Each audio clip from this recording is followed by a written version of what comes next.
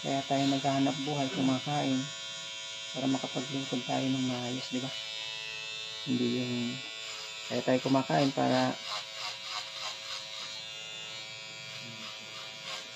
Diyosin na, Panginoonin na natin hanap buhay. Uubusin mo yung buhay mo sa paghahanap buhay. Pag namatay ka, wala din. Yung pinaghanap buhayan mo, may iwan din lahat, di ba?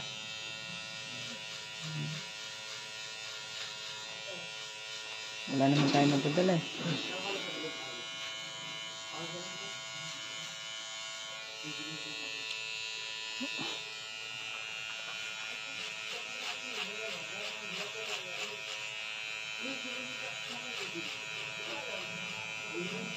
Ang kayamanan kasi na pera, hindi naman nababanggit sa Bible yan eh. Ang kayamanan kasi na tinutukoy sa Bible, mayaman ka sa pananampalataya, mayaman ka sa pag-ibig, mayaman ka sa pagtulong, sa butihang loob ba.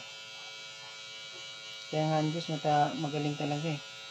Maliit ang puso natin pero ginawa niyang lalagyan ng napakarami. Pwede mo ilagay, diba? Na kayamanan. Maliit yung utak ng tao pero ang talino ng Diyos eh. Maraming pwedeng ilagay, diba? Kumbaga sa cellphone eh, unlimited gigabyte ba? Yan.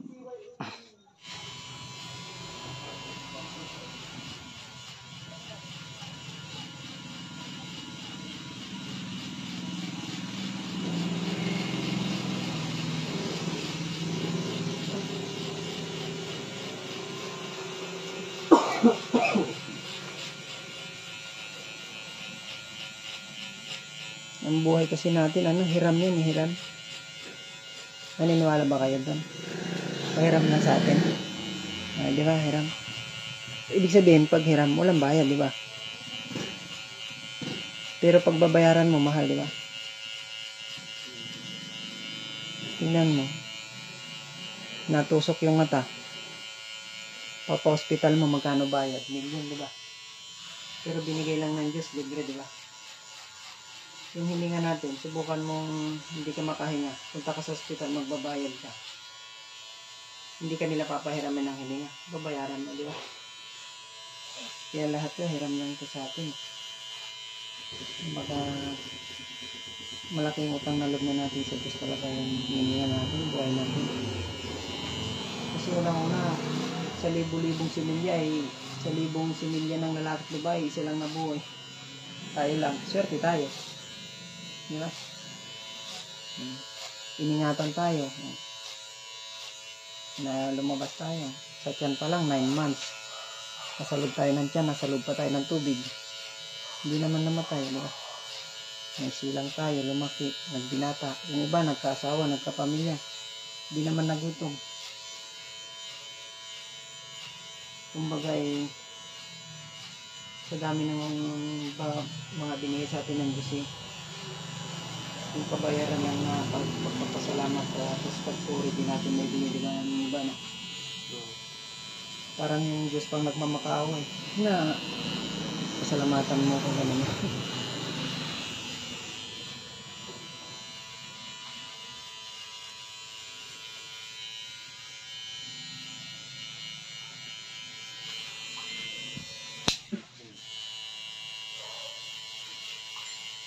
So yung premium ko wala na, nag-lapse na, magbabayad. Kaya nag-download na ako sa Google app.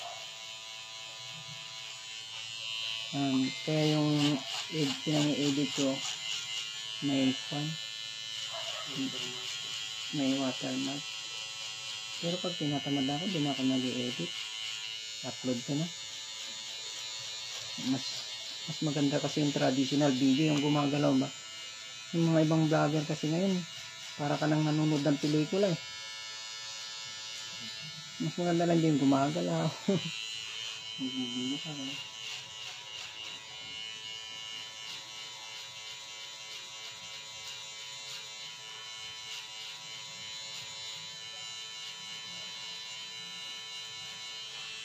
Ang kagahan sa Kinemaster, yung spec ng cellphone mo, pabababain mo yung resolution ng video, makakatipid ka. Pero pag yung sa actual na video i-upload mo agad, malaking lead. Napakalaki. Lalo na pag malaki yung spec ng cellphone, ubos yung load.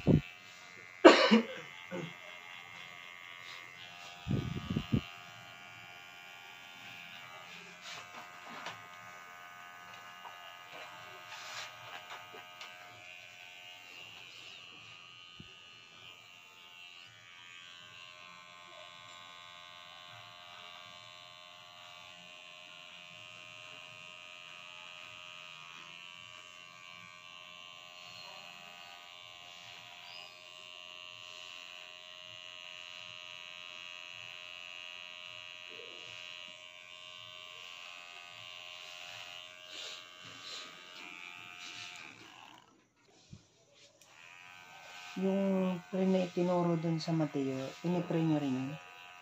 Yung ama namin? Ha? Hindi nyo pinipray yun? Ha?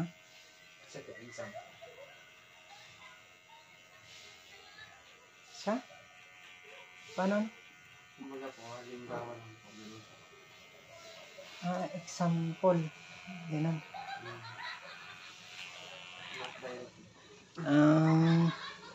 Magkakaklase ba kayo, brother? Hindi po. Yun ang unang pang klase ko.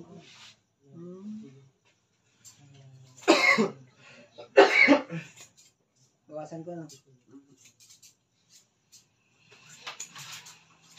Ito pala. Mahirap po. Dali lang. Kung hindi ko na masuklay, patuloy ko na.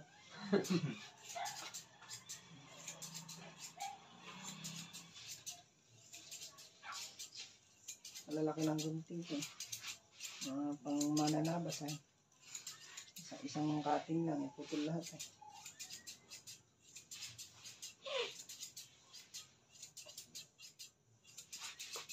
Tapalas pa nito.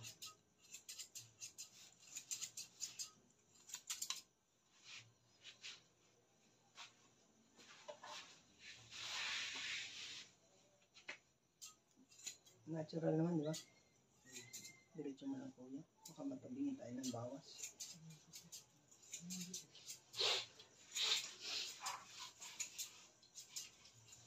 Don't fake ka po.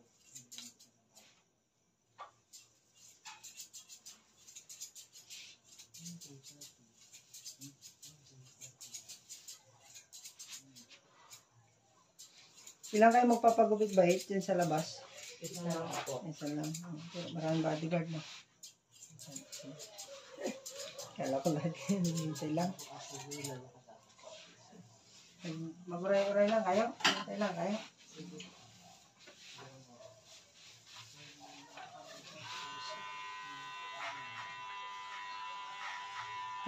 Ilang oras ang samba ninyo? Simba tawag ba sa inyo? Simba. Simba po. Ang simba. Mga 3 hours lang po naman. 3 yung lahat. Try na.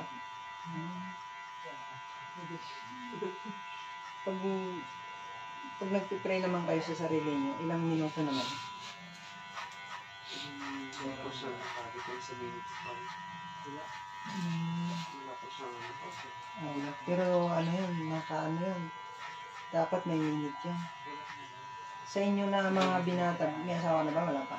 Wala pa po. Pag wala pang asawa, 5 minutes pa baba.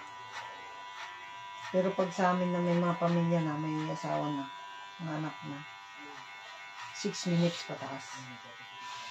Yun ang panalangin. Kasi marami kaming hihingin eh. Sa inyo kasi, sa mga binata kasi, mas konti lang ang hihingin nila pag nagpipray. Lalo na pag idadami pa namin kamag-anak namin, mga sa buhay, sana madatnan ng aral, matutong maglingkod. Ayan.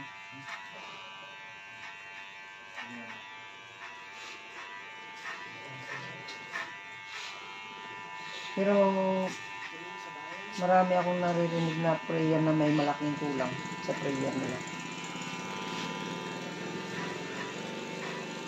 Pero ang tamang buod lang ng panalangin, 3 lang. Yung pinakamahalagang panalangin niya.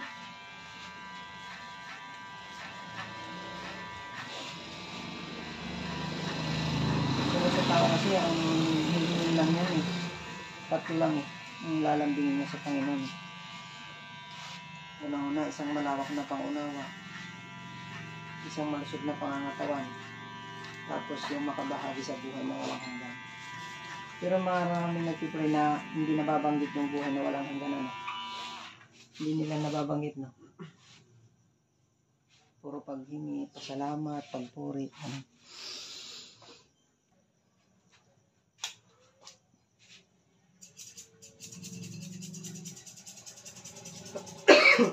Pero sa totoo, ngayon ko lang ito nagupitan na. Hindi na po pag-aaral.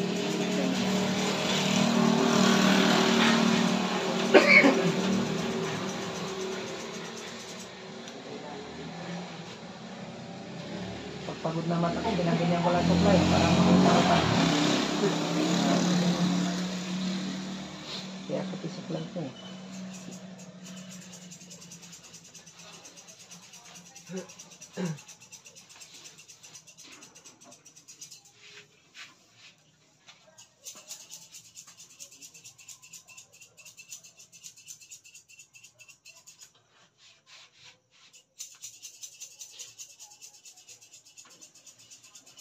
Kapal ba naman ng buhok na to? Sa laki ng gunting ko, iwan ko lang. Number 10 ito.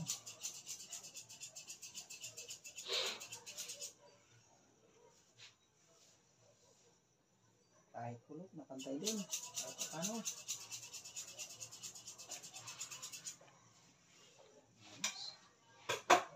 Layer natin konti. Para may texture siya.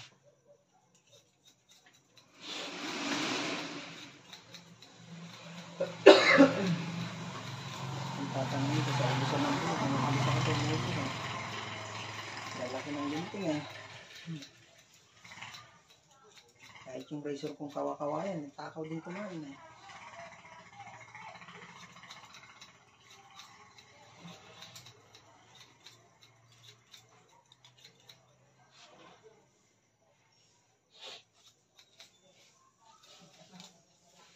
GIL kayo na kapatid na. Pamakuhin po ay pag-social. Yung nandun sa central ba? Ang basta na. Yun po ang Hindi tayo kayo pastor dyan. Saan banda simbahan niyo? malapit po kayo kay FB. Bago dito po. Naku, yari kayo. Nakikita niya na ito, nagupitan na. Sarado ba siya? Maliit lang yata yun, ano? Parang nasa iskinita konti. O baka yung GIM kaya? Hindi po. Baka yun doon po yung sa bandang dulo po. Medyo na. Yung pamag. Seryoso pa rin eh. Yan nga, sinisip ko. Kaya nagpaltos-paltos yung ibang ko ng kapupunas na sito na eh. Paganggalin yan. Isipin ko. Tubig ay ito sa umahagos.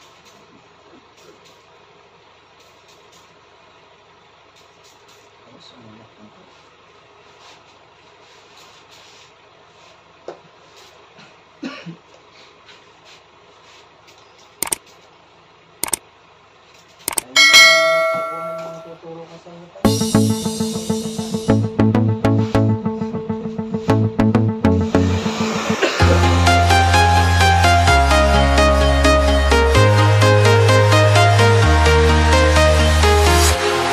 Walking alone, the streets are empty.